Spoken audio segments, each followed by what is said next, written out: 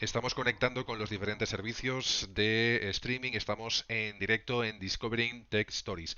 Como sé que esta primera parte siempre se corta, lo que voy a hacer sencillamente es darme unos segundos, dar unos segundos a todo el equipo y así poder explicaros qué es esto, a qué nos dedicamos y qué vamos a estar haciendo durante mucho tiempo, porque este es el primer paso dentro de un proyecto de largo recorrido. Esto es Discovering Tech Stories, programa cero, programa piloto. Como cada semana, a partir de ahora, vamos a estar hablando del mundo tech. Y si me permitís, como he creado un pequeño texto de introducción, pues voy a proceder a leerlo para presentar a este pedazo de equipo que tenemos con nosotros. Yo soy Xavi Capa, para aquellos que ya me conozcáis, seguramente estemos en directo a través de algún perfil para que podáis incluso evaluar si os gusta el programa, añadir cositas, incluso pues a comentar algún en el chat, que si no lo respondemos ahora mismo, lo haríamos de cara al próximo programa porque tendremos una serie de respuestas a vuestras preguntas como sección fija. En fin, que empezamos. Yo soy el conductor de Discovering Tech Stories, pero este podcast, pues eso, estará formado por un grupo de expertos que debatirán sobre actualidad y tendencias, consejos para dar el siguiente paso en las carreras tecnológicas y una visión fresca de este apasionante sector. El podcast no sería posible sin Eduard Teixidó. Buenos días. Buenos días, Xavi. Muchas gracias. ¿Qué tal? Y también tendremos a Jordi Vall. Buenos días. Buenos días, gracias Xavi. Y Marcel Gozalvo. ¿Qué tal, Marcel? Buenos días a todos. Gracias, ¿Qué Xavi, tal? por la invitación. Este es el equipo de Discovering Tech Stories con el que tendremos debates, tendremos pues consultas, tendremos muchos detalles a estudiar a lo largo de estas semanas. No solo habrá programas normales, es decir, normales hablamos de programas seccionados con sus apartados y demás, sino que además también os invitamos a que podáis participar en él para explicar vuestra experiencia, que eso es lo más importante. En fin, yo os quiero hacer primero una pregunta que es un poco obligada y es ¿cuál es vuestra relación con el mundo tech? Como sois tres, ¿de acuerdo? Vamos a hacer con un orden, con el de llegada, por decirlo así entre comillas. Eduard, ¿cuál es vuestra relación con el mundo tech? Bueno, la verdad es que yo al principio de formación no tengo relación. Yo soy ingeniero mecánico, pero desde que suspendí programación en la carrera, pues que me empezó a atraer mucho el mundo de la programación y empecé a leer sobre el tema, investigar, estar atento a las nuevas tecnologías. Y bueno, hasta aquí donde estamos ahora, que me atrae más el software que cualquier otra cosa. O sea que no ha sido un camino directo, sino que has ido haciendo un pequeño rodeo, se ha ido relacionando y iba a decir has acabado, pero para nada, no has acabado, sino que estás por este sector y nunca se sabe, ¿no? Es evolucionar la vida al Sí, final. Genial, pues os traslado sí, la sí, sí. pregunta, compañeros. Jordi, ¿cuál es tu relación con el mundo Bueno, tech? básicamente bueno, yo estudié otra cosa bastante distinta, pero sí que es verdad que siempre me había interesado todo el tema de las tecnologías. Al final también me gustan bastante los retos, por eso también estamos en podcast y estamos en Upground. Y al final uno de los retos profesionales clave del siglo XXI, al final acaba siendo adaptarse a las nuevas tecnologías, a todo lo que sale e intentar estar a la última, y eso incluye sector tecnológico, sector financiero, sector legal o cualquier sector que exista actualmente. Como en las respuestas de tanto Jordi como Eduard ya nos han respondido las dos preguntas que estaban preparadas, que una es cuál es vuestra relación con el mundo tech y la otra es cómo habéis llegado hasta aquí, básicamente me las habéis respondido a las dos, pues obviamente a Marcel le voy a hacer la pregunta en pack. ¿Cómo has llegado hasta aquí? ¿Cuál ha sido tu camino? Bueno, en mi caso, ya desde pequeñito siempre estaba pensando cómo funcionaba un ordenador de casa, ¿no? Esta caja mágica negra que estaba ahí y hacía cosas. Y después, cuando tuve que elegir mi carrera de estudios, ya me dediqué a la informática. En mi caso sí que tengo carrera de informática. Y desde ahí, pues ya me apasionó la programación y mira, llevo como unos 10 añitos ya metiéndole caña a todo lo que es código y liderar equipos también tecnológicos y realmente es un campo que siempre me ha apasionado. Entonces, bueno, tu camino ha sido un poco más, ¿no? Hacia este sector, pero como tus compañeros, pues nunca se sabe, ¿no? Porque siempre se van incluyendo. No es que lo vayas a abandonar, sino que seguramente habrá nuevas tendencias que puedas incluir en él. La pregunta final para esta presentación del equipo, que ya veis que son así, pues eso, gente que tiene iniciativa, que tiene propuestas, que ha caminado, han dado un largo camino y aún le queda mucho porque son muy jóvenes, más jóvenes que yo, he de decir. Y he de hacer la pregunta final dentro de esta sección introducción. El objetivo del podcast, porque acabáis de crear un podcast, ¿no? Y primero añadiré una pregunta de por qué se crea un podcast y el objetivo del mismo, porque es ilusionante, ¿no? Siempre es crear algo que te pueda motivar. Eduard, ¿por qué? Está bien la pregunta, ¿eh? Es una buena pregunta, pero la verdad es que el motivo principal del podcast es dar un poco de voz a todas las personas que hacen posible este desarrollo tecnológico que estamos viviendo. Porque se habla mucho de ellos como las personas que siempre tienen trabajo, las personas que encuentran trabajo sin problemas, que cobran mucho, que cobran más de la media. Se habla mucho de esas cosas, pero no de que hay personas detrás de este sector que son muy ambiciosas, que quieren pelear por un futuro más inteligente, más, digamos, más adaptado a las personas y hay muchas historias interesantes detrás que he ido conociendo a lo largo de estos años y creo que se debería dar más voz a cómo son y quiénes son esas personas de detrás que a lo que hacen. Me parece una respuesta maravillosa. Jordi, Marcel, no sé si estáis de acuerdo. ¿Queréis añadir algo en cuanto al objetivo del podcast, Jordi, por hacer el orden que hemos establecido? Sí, yo creo que ahora mismo justificadamente hemos creado una dependencia de los profesionales tecnológicos porque al final es el futuro y esto es genial. Lo que está pasando es que se siguen tratando muchas veces a los profesionales tecnológicos como carne, ¿no? Y se está ofreciendo, generalmente se está ofreciendo poco valor.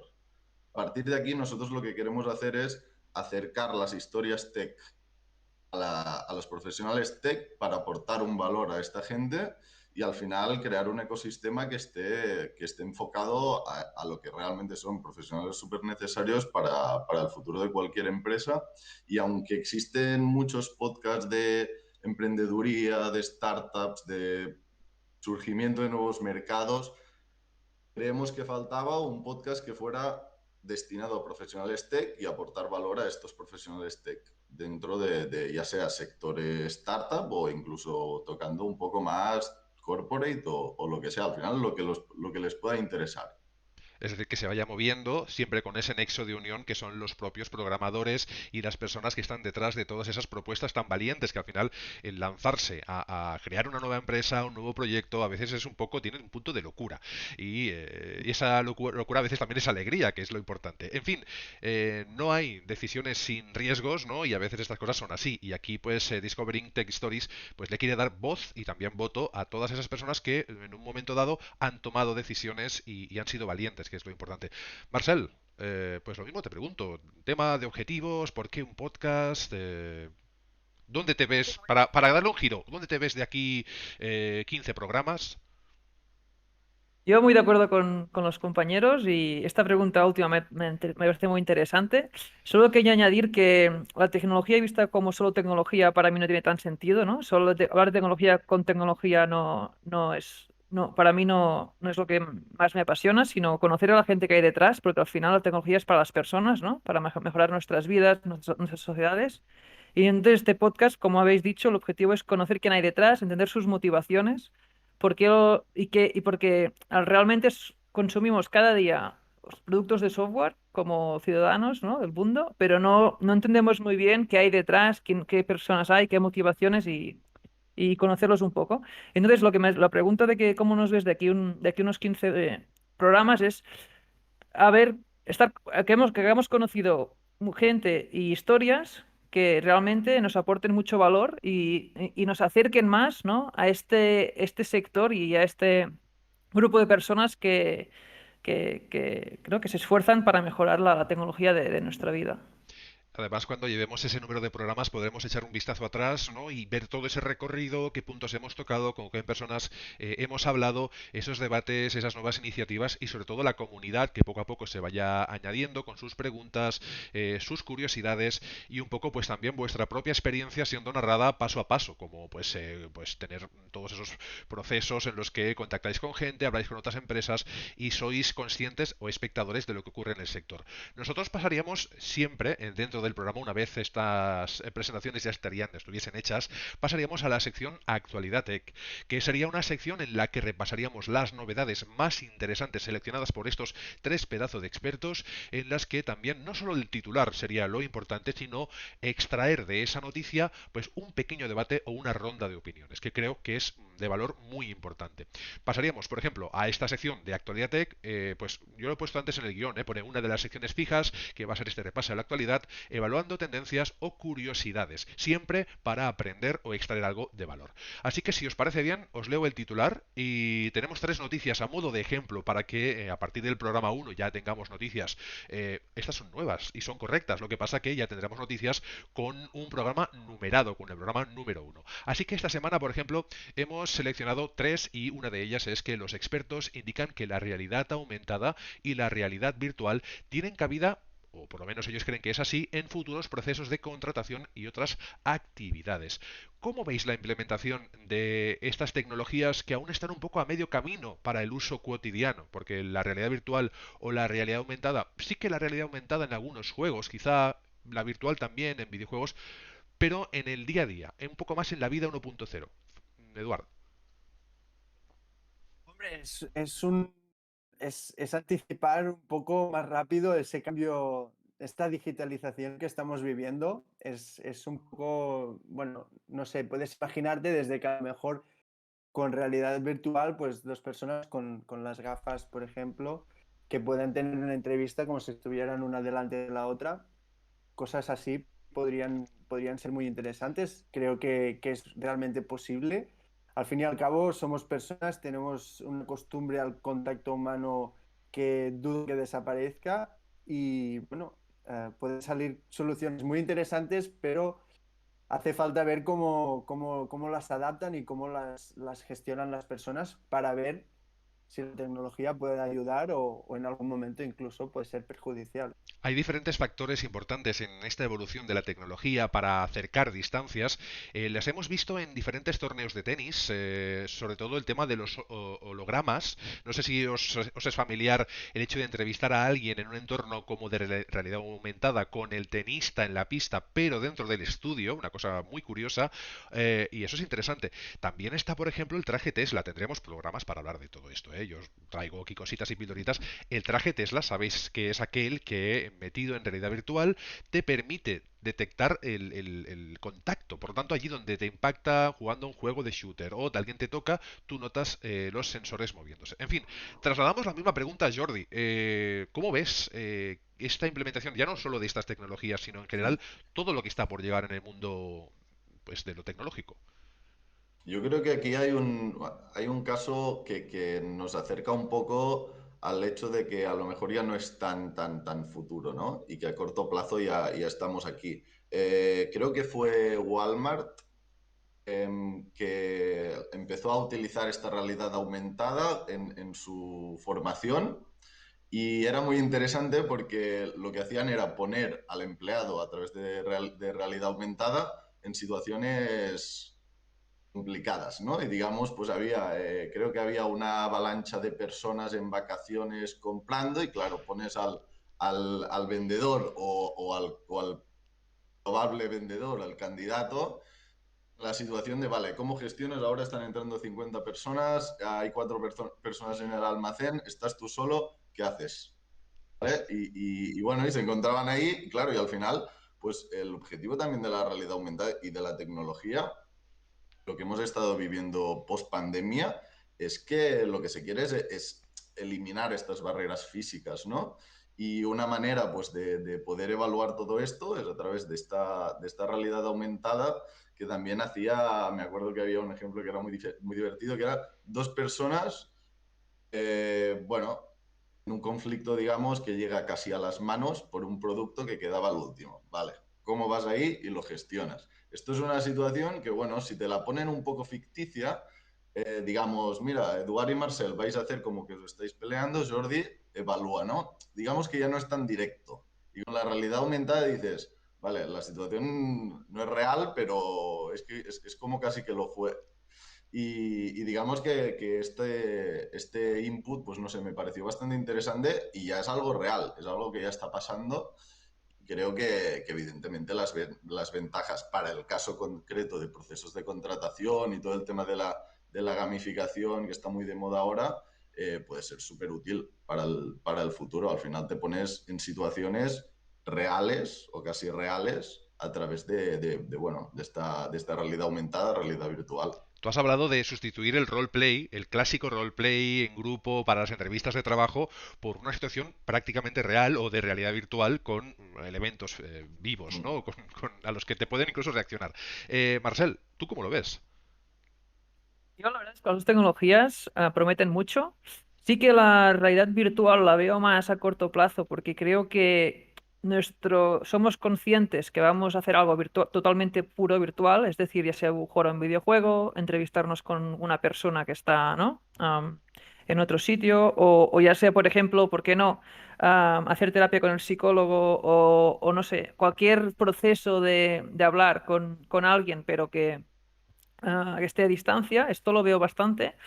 Lo que a realidad aumentada me preocupa un poco que podemos discernir qué es real y qué no. Es decir, a mí me gustaría, por ejemplo, ir por la calle y ver cómo, ¿no? Que aparecen, por ejemplo, ofertas de tiendas o menús de restaurantes. Bueno, ahora ya, cuanto antes ya estaban abiertas. O cosas de estas que estén, sí que los veo en nuestro día, pero en la vida cotidiana de nuestro día a día, la realidad aumentada me preocupa que no, ¿no? Que tengamos, que llegue el punto que tengamos dificultad para entender qué es real y qué no, ¿no? Es decir, por ejemplo, en conducción lo veríamos súper interesante un GPS, pero en realidad aumentada, ¿no? Que te pareciera como las indicaciones en el cristal, me lo invento.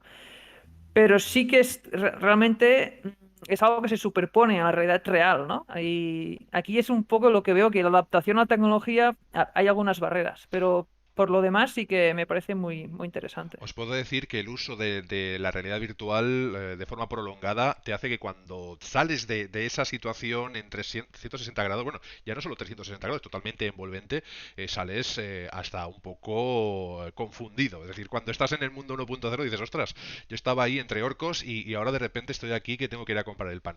Y imaginaros una persona que tenga que estar en un entorno así, pues prolongadamente, ¿no?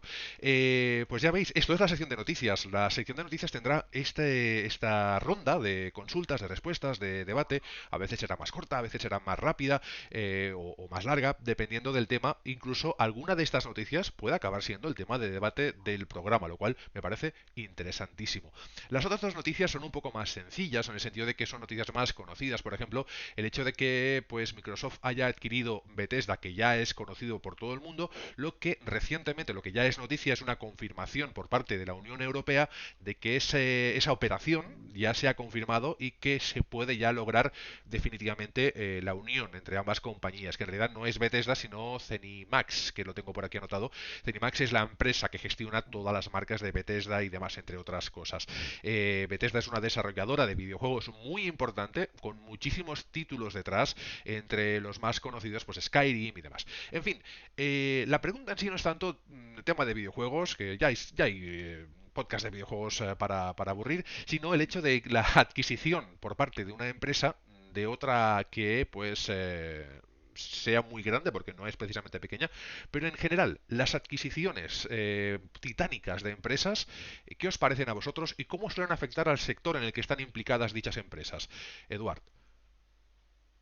Bueno, esto tiene como dos puntos de vista, ¿no? Es la perspectiva por parte de empresarial, la perspectiva empresarial, que bueno, que es cada vez se ven más cuáles son los grandes players en el sector tecnológico, pero volcado más a otro punto de vista que hablé el otro día con el responsable de recursos humanos de una startup que fue adquirida por una gran empresa, y es las consecuencias que eso conlleva dentro de la empresa, y más para los desarrolladores, ya que la fusión y el intercambio de conocimientos entre la empresa madre o ni que sean al mismo nivel, entre una empresa más focalizada en un sentido y otra que a lo mejor está más focalizada en las mismas tecnologías pero con otro enfoque, ese,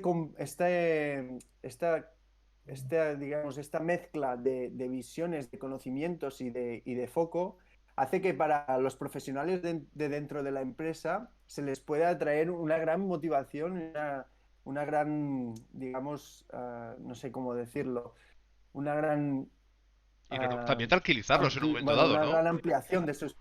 También tranquilizarnos, me Dime. refiero que en cuando hay una fusión de empresas, también cabe esa pequeña duda de yo como empleado, como programador, del equipo que sea, saber si va a repercutirme de que a lo mejor me quedo sin trabajo, o a lo mejor no. Es decir, poder calmar todo eso, saber que a veces esas fusiones son porque son empresas que están en el mismo sector, pero que a lo mejor tocan diferentes ámbitos.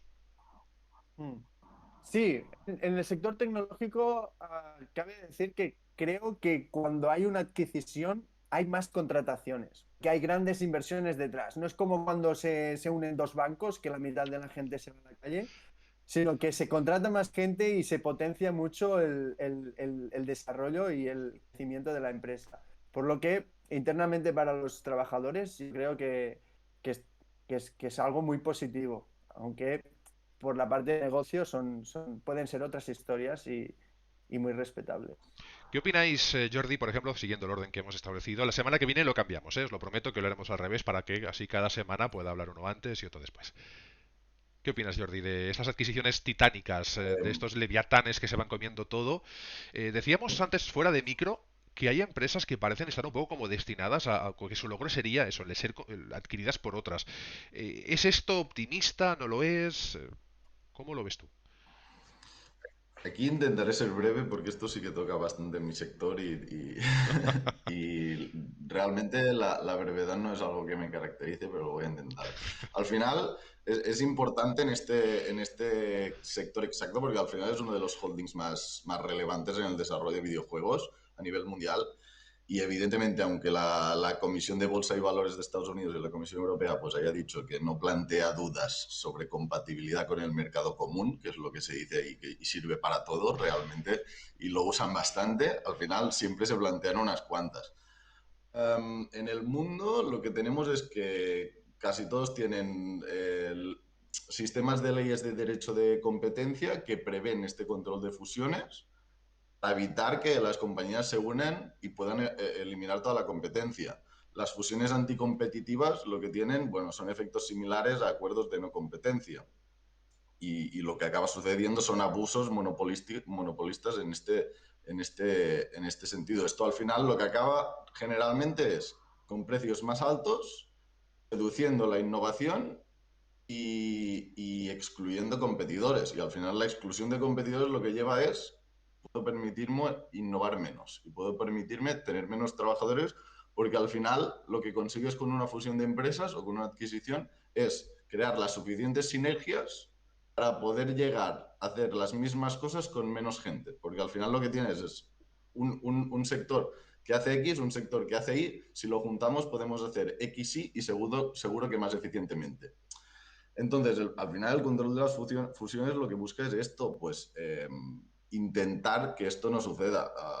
Si se está consiguiendo, pues personalmente yo creo que no creo que se estén llevando los análisis que tocan, pero sí que es verdad, y ya entrando un poco en el otro sentido, sí que es verdad que un monopolio evidentemente significa un solo vendedor.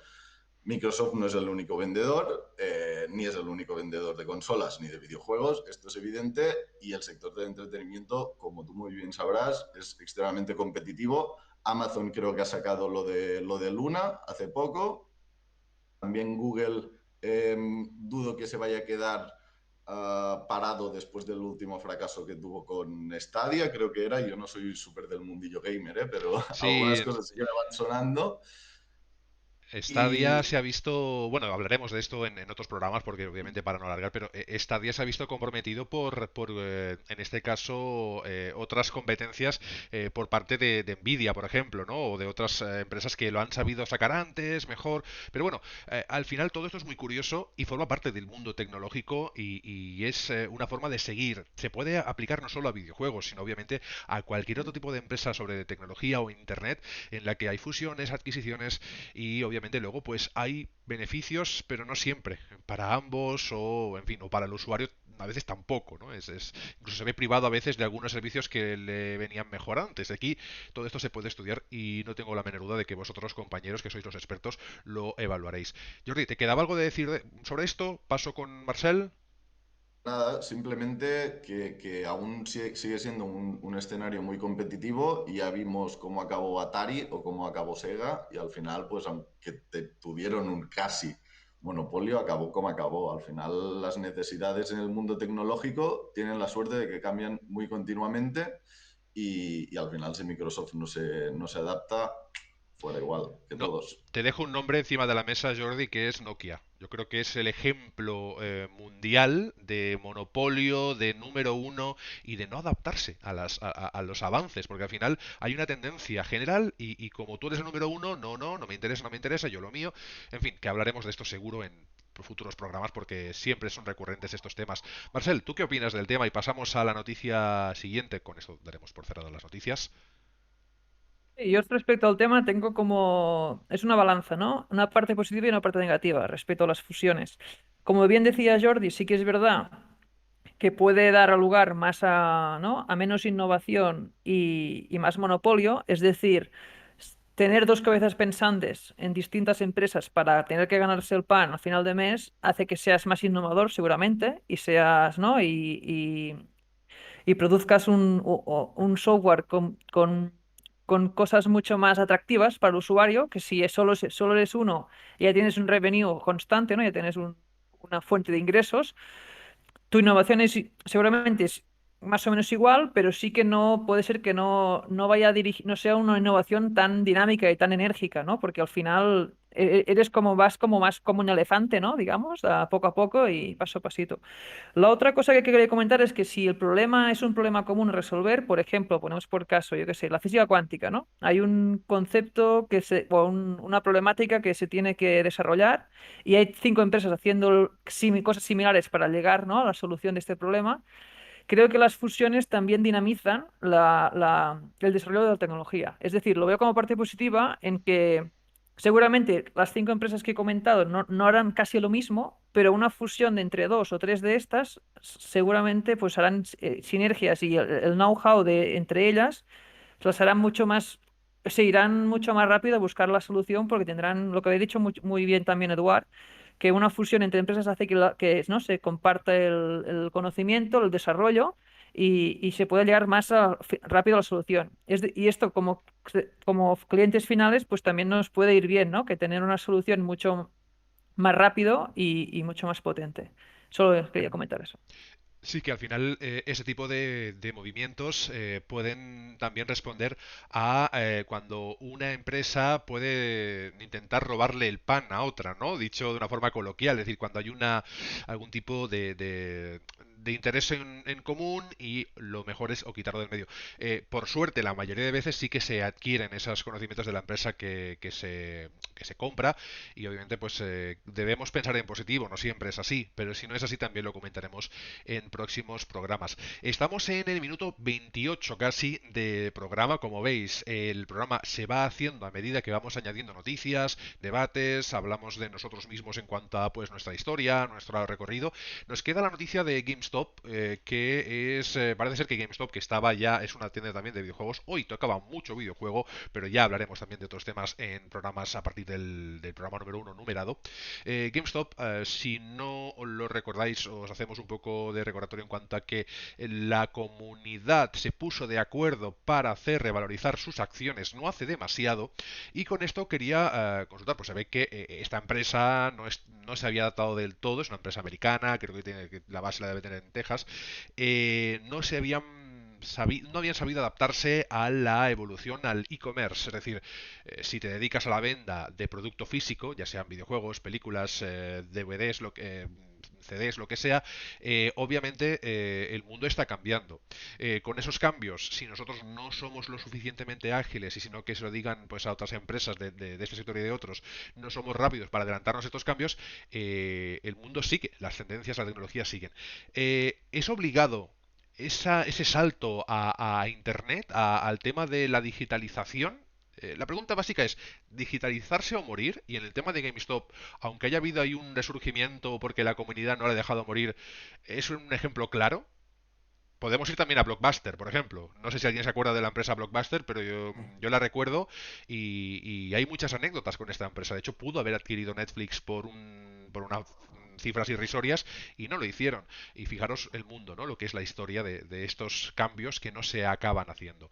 ¿Qué pensáis vosotros? Una empresa que a lo mejor lleva 30 años totalmente analógica, ¿no? Pero que, pues, ¿es el paso siguiente? ¿Es obligatorio, Eduard? Digitalizarse, me refiero. Pues la verdad es que sí. Aparte de estos ejemplos que has comentado, otro ejemplo es Apple. Apple estuvo no sé cuánto tiempo negociando con fabricantes suizos de relojes para el Apple Watch y, y resulta que ninguno de los fabricantes lo apoyó. Ahora Apple vende más relojes que toda la industria suiza del mundo, por lo que es a considerar. Y yo no me voy a meter mucho con lo de GameStop, pero lo que sí que voy a comentar es que aquí está GameStop es una gran es un gran ejemplo de segundas oportunidades, porque si no fuese por el fenómeno viral, esta empresa estaría más que muerta. Y ha tenido la oportunidad de que alguien pues no ha querido hacer una serie de acciones para resurgirla y han tenido la oportunidad de digitalizarse. Y eso no pasa siempre. Muchas veces cuando se te pasa el tren ya es demasiado tarde.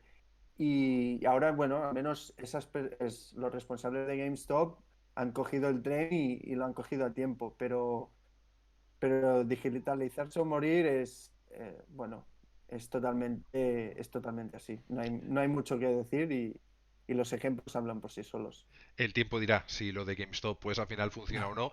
Jordi, ¿qué opinas sobre el tema de Sí. digitalizarse? Hemos dado muchos ejemplos. El de Blockbuster yo creo que es el más bestia porque además está todo muy documentado, ¿no? Todo lo que ha ocurrido, todas esas oportunidades que dejas pasar, pero tantas empresas que ya no están en la picota, o ya, bueno, que han estado en la picota, han estado incluso, bueno, en fin, que tantos nombres conocidos que al final pues hoy para personas de menos de 18 años son nombres del pasado, que ni siquiera no les recuerda nada, ¿no? No le está nada. Nokia. Ostras, yo he hablado de Nokia hoy y es ahora mismo hace un rato y mi cerebro ha implosionado un poco. Jordi, ¿tú qué opinas? Primero de todo, sobre los relojes suizos y Apple, me gustaría hablar otro día porque es un tema muy interesante y yo disiento con Eduard aquí porque disentimos en muchas cosas y al final por eso nos llevamos tan bien, ¿eh? También. Pero en relación con lo de GameStop, claro, es muy interesante. Los pequeños inversores conectados a través de Reddit que atacan frontalmente al establishment de Wall Street, claro, al final se viraliza solo. Bueno, también la lucha contra los grandes gestores de riesgo, estos, pues creo que fue Melvin Capital que se hundió por culpa de esto. Bueno, es interesante. Además, cuando tienes a Elon Musk que te hace el tweet ese, ya sabes que esto va a funcionar. Pero sí, creo que hay una similitud muy interesante con, con el tema de la digitalización que comentas con la noticia anterior. Lo que sí que veíamos en Microsoft con la compra es la intención de ser el Netflix de los videojuegos. La digitalización total del mundo de los videojuegos es una de las intenciones de Microsoft y al final esto lo que te acaba diciendo es, o sea, GameStop tenía que hacer alguna cosa para empezar en el mundo de la digitalización, tuvo la suerte de que ahora tiene la segunda oportunidad para hacerlo, pero evidentemente pasa por aquí. Y más cuando generalmente el mundo del videojuego pues también es un mundo con una clientela más bien joven, más bien muy adaptada a las nuevas tecnologías y tal, no puedes separarte de este sector simplemente pues por querer mantener tus tiendas físicas. Y esto pues lo que nos está enseñando la globalización y la transformación digital aceleradísima post-COVID, pues es que al final todo lo físico parece que va echando un paso atrás y es esencial pues digitalizarlo todo. Y también hay otra idea bastante interesante que comentabas lo que la renovación, ¿no? Porque digamos que GameStop fue como la que todo el mundo vio, la que todo el mundo escuchó, pero luego salieron un par más de Reddit, de otros foros, que hicieron exactamente lo mismo con dos empresas que de primeras la mayoría de gente no ha escuchado tanto, pero era la cadena de cines AMC, que se estaba hundiendo y resurgió por otro comentario de Reddit, y una muy interesante que es BlackBerry, que es la típica que dices, hostia, BlackBerry ya no tira, se reformó a empresa de software para empresas, totalmente B2B, y al final es eso, ¿no? Cuando algo no te está funcionando, cambiarlo. Y si no, lo que no te está funcionando es lo físico, ¿cómo lo cambias? El digital, que es lo que esperan. Es un poco, pues, otra manera de reevolucionar, ¿no? Ese sector es el sector de los valientes, de los que tiran adelante propuestas y también de las segundas oportunidades. Es decir, que es un sector que se adapta a todo lo que pueda estar pasando y también es un sector humano, que es lo importante y sobre lo que hablaremos también en muchos programas futuros. Ya os decimos, estamos en el programa cero. Esto ha sido la sección de noticias. Como veis, ha sido una sección de noticias distinta en la que sacamos un titular, algo que está de moda, algo que está de actualidad y lo evaluamos, lo comentamos en una ronda de opiniones. En cuanto a las secciones que vendrían ahora, por ejemplo, no sé si la queréis hacer finalmente, yo os doy la oportunidad de hacerla. Llevamos 35 minutos de programa y yo creo que han pasado volando, yo creo que os lo estáis pasando o como yo o mejor incluso. Y en cuanto a la sección, sería la de mesa redonda.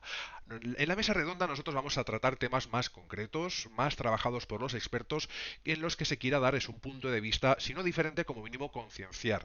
En el caso de estos tres expertos, que son Eduard, Marcel y Jordi, tenemos la mesa redonda de esta semana, la semana cero, sobre el tema de los candidatos. Concretamente los factores determinantes por parte de las empresas, aquellos que evalúan esas empresas o esas entidades o startups, para la contratación de esos candidatos. Y el subtítulo era un poco esto de titulitis versus conocimiento versus actitud. O mezcla, más que versus, porque tampoco tienen que estar en conflicto, sino una mezcla de esos factores y qué equilibrio, en qué porcentaje pueden ser necesarios para contratar. Vamos, si queréis, con una ronda rápida de opiniones para que la gente se haga la idea y yo creo que, oye, estamos en tiempo, estamos súper bien, el programa creo que está fluyendo de manera maravillosa, yo creo que las sensaciones son súper positivas. Eduard, tema de contrataciones, que además es un tema que te toca casi de pleno.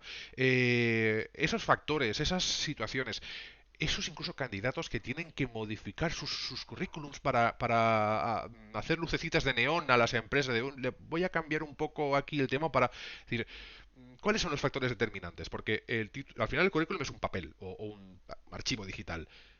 ¿Dónde está todo lo demás? Mira, yo hablando de currículum, bueno, para mí un currículum es algo que está obsoleto. Es un documento que puede ser útil si lo usas como documento de apoyo a la hora de entrevistar a alguien para saber qué tipo de preguntas hacerle, pero no por lo que se está usando actualmente. Un currículum no puede ser un documento que centre todo el funnel de un proceso de selección o de las opciones de ser contratado en este foco.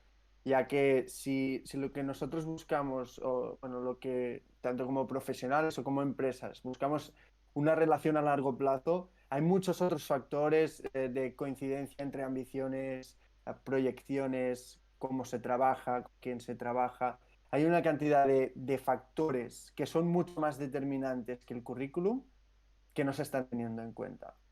Y por lo tanto, aquí hay un fallo, porque las personas no somos un trozo de papel y mucho menos, digamos, que se puede representar en este. Entonces, es complicado analizar cómo todo está tan digitalizado y cómo se está avanzando tanto en todo, como que desde la aparición de plataformas como InfoJobs o Indeed, allá los 2000, ya empezaron con ese formato y tras 20 años, habiendo aparecido inteligencia artificial, blockchain, coches que conducen solos, taxis eléctricos voladores, y todavía estamos con el currículum, es bastante curioso. Sí, porque a veces parece que estemos un poco entre hashtags, ¿no? ¿Cuáles son tus skills? Pues tienes que poner en hashtags, pero oye, ¿qué parte científica hay de esto? O sea, me tendrás que llamar, me tendrás que ver, me tendrás que tratar para saber si realmente, incluso si esos skills te puedan interesar o no. Hay un factor humano, es esa persona que va a estar trabajando para tu empresa y aunque esté en un cubículo programando, probablemente pues hay una parte de relación entre compañeros, con jefes o con equipo que también es importante, no, no solo la parte de conocimientos, que esa pues es fácilmente probable por pruebas y demás. En fin, Jordi, ¿tú qué opinas? ¿Cuáles son los factores más importantes? Tema de currículum, si ya está desfasado, el tema de eso de llevar un currículum en la mano. Ahora en tiempos que corren ya no, pero se llevaba mucho esto de voy a echar currículums. ¿Os acordáis de aquella expresión? Yo soy viejuno y yo me acuerdo de aquello de voy a echar currículums. Ojo. Yo me acuerdo de echar currículums también, cuando estaba en la universidad y estaba buscando trabajo de camarero o algo así. A ver, evidentemente el currículum está súper obsoleto, esto no hay duda, más en el sector tech, porque es que al final lo que nos encontramos con el currículum es la idea de yo soy un profesional y voy a la empresa y espero que la empresa me compre. Pero tenemos que entender, primero, que debe haber un fit entre empresa y candidato. Por tanto, la aceptación de la empresa en mi persona sirve, pero yo también quiero mi aceptación. Yo también quiero aceptar esta empresa. Es decir, yo también quiero que esta empresa encaje conmigo. Y esto pasa mucho en el sector tech. O sea, lo que no podemos hacer es esperar que simplemente con un currículum yo me venda como que por favor, mira que bien encajo contigo, que bien encajo contigo, y luego hasta al final de la primera entrevista yo no tenga suficiente información para saber si tu empresa estás encajando conmigo. Y hay aquí una idea muy diferente, porque al final el recruiting tech lo que seguro que no tiene nada que ver es con el recruiting normal. Parece que hay muchas empresas, parece que hay muchas consultoras que aún no han entendido que son dos mundos diferentes y que ser reclutador general no te hace mejor reclutador tech, en absoluto. Son dos realidades totalmente distintas. Y hay un ejemplo que creo que es bastante significativo, aparte de que hay algo que es muy característico del profesional tecnológico, es que se mueve mucho por proyectos, se mueve mucho bueno, por tipos de empresa, por qué es lo que más les está motivando, y al final hay una idea que es muy clara. Nos gusta poner esta idea bastante de vez en cuando, que es, imagínate que tenemos dos perfiles juniors que acaban de salir de la universidad y uno, como prefiere, pues por circunstancias X, prefiere un sueldo un poco más alto, no aprender tan rápido, pero bueno, le gustaría estar en una empresa muy grande con proyectos muy grandes. La otra, pues no tiene estas necesidades financieras, puede vivir un poco sobre la marcha, prefiere un ambiente mucho más startup, estar en contacto con un CTO, con un equipo más pequeño donde pueda crecer, donde pueda aprender mucho y mucho más rápido. Claro, sobre el papel estas dos personas son exactamente iguales. Si yo voy a la empresa y estos dos currículums los pongo de al lado, seguro que el que ha sacado un 6,2 lo contratan antes del que ha sacado un 6 en la carrera, claro, o se miran el perfil antes, claro, esto es problemático, porque al final te va a encajar la persona que realmente detrás sea la que está congeniando contigo, no la que tenga el 6,2. Entonces, en este sentido, bueno, es intentar hacer una adaptabilidad mayor que ni ahora las consultoras lo están consiguiendo, ni se consigue a través de currículum, y menos en el sector tech. Marcel, ¿qué opinas?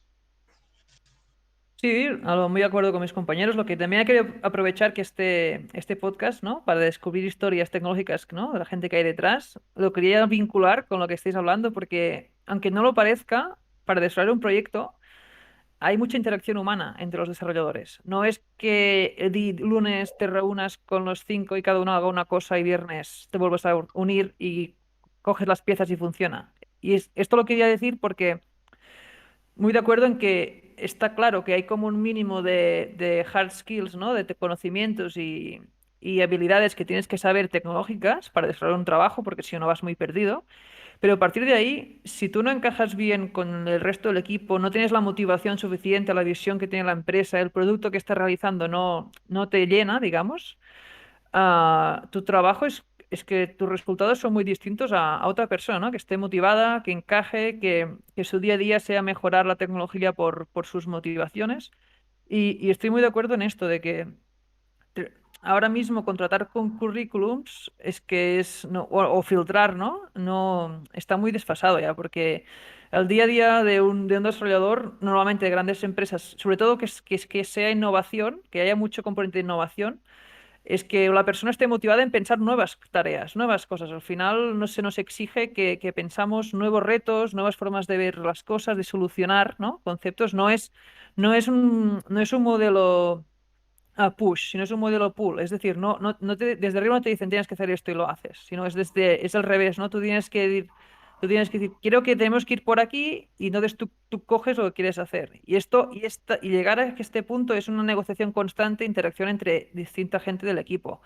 Y claro, si reúnes a los mejores currículums sin tener claro sus motivaciones ni intereses, creo que esto no se consigue, desde mi punto de vista. Hay una parte personal, ¿no? Porque los conocimientos pueden estar muy bien, puede ser una persona que tenga un conocimiento pues extraordinario de la materia, un programador realmente extraordinario, pero si a la hora de transmitir su idea a los que están trabajando con él, ¿no? Un lead designer o lo que sea, un lead programmer, te encuentras con si no sabe comunicar, si no sabe expresar, si su forma de ser eh, consigue hacer o hace que se queme en el resto del equipo, al final hay que tener en cuenta ese teamwork, ¿no? Y ese factor humano importante. Por eso este equilibrio que decíamos al principio, ¿no? Puedes tener muchos conocimientos, pero no saber tratar con subordinados o con compañeros o responder a instrucciones concretas, porque podrás dar muchas ideas, pero siempre responderás ante algún responsable. Es decir, ese es un factor importante también a tener en cuenta. El factor humano, la personalidad, el ser conciliador, no significa que no seas energético, ¿no? En fin, que no me enrollo, que es un debate que es interesante y que muchos como este tendremos, y sé que me repito, pero a lo largo de los programas de Discovering Tech Stories. Esto ha sido el programa cero. Es decir, que nosotros hemos llegado hasta aquí. No sé si queréis añadir algo. Yo creo que habéis estado muy de acuerdo en el debate. No ha sido debate en sí, sino ha sido una puesta encima de la mesa, ¿no? De vuestra percepción de lo que es el currículum hoy en día y de ese papel obsoleto que no es una persona, ¿no? Incluso un currículum muy sencillo lo que te hace al final es como lo veo yo. Un currículum es como una carta de presentación breve, porque si tampoco va a girar la página a nadie. Es decir, muy breve de una pincelada de lo que sabes hacer, de lo que puedes mostrar, pero nada como contactar con la persona. Y si luego hay que hacer una prueba de conocimientos, pues se hace. Y eso es tan sencillo, incluso en la distancia se puede hacer. Esto ha sido Discovering Tech Stories. Ahora, si miro el guión, nos toca la parte final, que es la de despedida, cierre y reflexiones finales. Para aquí me había preparado, básicamente, y me lo he puesto como si hablara de ustedes. Repetirían ustedes. Pues os lo voy a hacer. Voy a hacer esta pregunta para cerrar el espacio, porque creo que ha sido un programa interesante, con ruidos normales de la vida 1.0, porque esto es normal. Os pregunto, además voy a hacer el orden inverso, porque creo que ahora sí que merece la pena hacerlo al revés. Marcel, ¿repetirías la experiencia? ¿Te lo has pasado bien? ¿Algún titular del programa cero? ¿Mejoraremos? Sí, ha sido muy, muy interesante y realmente he aprendido mucho de los que estáis aquí. Sobre todo hablar de noticias, porque a veces la lectura de noticias siempre es muy, ¿cómo decirlo? Es muy solitaria, ¿no? Siempre lees las noticias y te haces tus ideas y se quedan ahí, ¿no? Ahí detrás y no reflexionas, ¿no? Con otra gente. Sobre todo el apartado de noticias a mí me ha gustado mucho. Sí que es verdad que el del debate no hemos tocado un tema que haya mucha disparidad, pero también ha estado bien, ¿no? Conocer nuestras opiniones. Y nada, yo sí, repetiría porque realmente me lo he pasado bien y tampoco no ha sido ¿no? Mucho tiempo y bien. Espero que también se haya transmitido así. Jordi, te toca tu veredicto. No, yo creo que muy bien. Vamos a mejorar, eso segurísimo, pero yo me lo he pasado muy bien. Lo que sí, el tema de la mesa redonda, evidentemente, pues estamos súper alineados porque si no lo estuviéramos, iríamos mal en eso. En este tema, Eh, sí, seguro. exacto. Lo que sí, pues muchas ganas de esta entresección entre la mesa redonda y la despedida, de las preguntas frecuentes, que nos vayan enviando cuestiones o temas que les interesen, que podamos nosotros, al final, como hemos dicho, es un programa dedicado a profesionales tecnológicos. Y si mañana viene un mail de un profesional tecnológico y dice, esto me interesa, pues el siguiente se cambia entero y se hace así.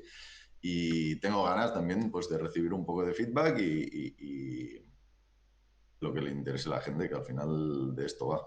Es lo que ha dicho Jordi, es decir, cuando se presente o se vaya presentando el programa cero, que es el piloto, se va a pedir feedback a amigos conocidos del mundo tech para que pues ellos puedan plantear preguntas, consultas y un poco así pues irlo planteando el programa en un futuro. Yo, la pregunta que se planteaba para la sección de preguntas frecuentes era ¿qué es lo más raro que os han preguntado?